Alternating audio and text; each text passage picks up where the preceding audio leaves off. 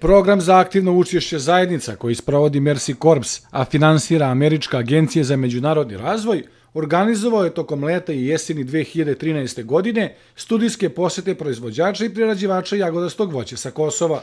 U okviru ovih poseta, 13 predstavnika iz dva udruženja proizvođača i prerađivača jagodastog voća sa severa Kosova i udruženja Bošnjaka Agro Red Gold Župa Rečane iz Prizrena imalo je priliku da poseti i upozna svoje kolege sa juga, Srbi i Albance, članove 3 udruženja iz Štrpca, Šarska Malina, El Santa i MVM Štrpce, kao i jednu hladnjaču. Cilj ovih studijskih poseta je upoznavanje proizvođača i prerađivača sa sortimentom, tehnologijom uzgoja, kao i sa mogućnostima prerade jagodastog voća.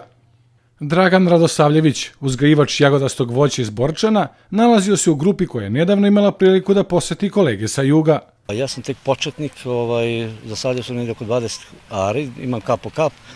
Kod nas ima hladnjača dole, Ivan on to sve otkupljuje.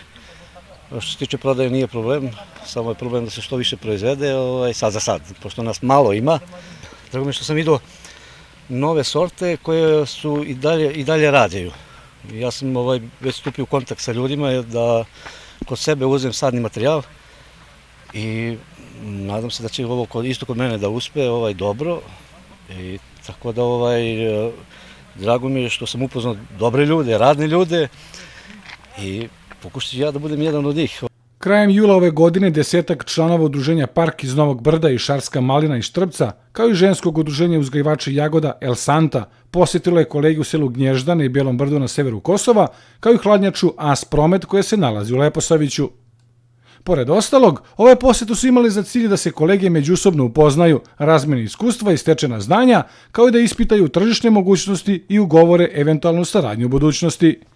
Ovo su jako korisni, mi smo imali par dobrih iskustva kad smo bili kod njih, što se sveže prodaje tiče, što se zamrznute prodaje tiče, što se samog uzgoja tiče, tako se nadam da će i oni da steknu nakon ovo iskustva ovdje kod nas. Danas su oni došli kod nas u posetu, uglavnom su to novi proizvođači, došli su na terenu da vide kako to izgleda, zainteresovani su i za šumsku jagodu, Reginu, to je bila poseta i naravno malinjaka. Program za aktivno učešće zajednica koji sprovodi Mercy Corps, a finansira Američka agencija za međunarodni razvoj, organizovao je ove posete sa ciljem da pruži podršku udruženjima proizvođača i prerađivača i jačanju njihovih kapaciteta kako bi ona što efikasnije zastupala prava i interese svojih članova i kako bi se kroz pomoć u obavljanju poslovnih aktivnosti unapredila ekonomska situacija u regionu. Program za aktivno učešće zajednica. Za život spram čoveka i 21. veka. Po vašoj meri.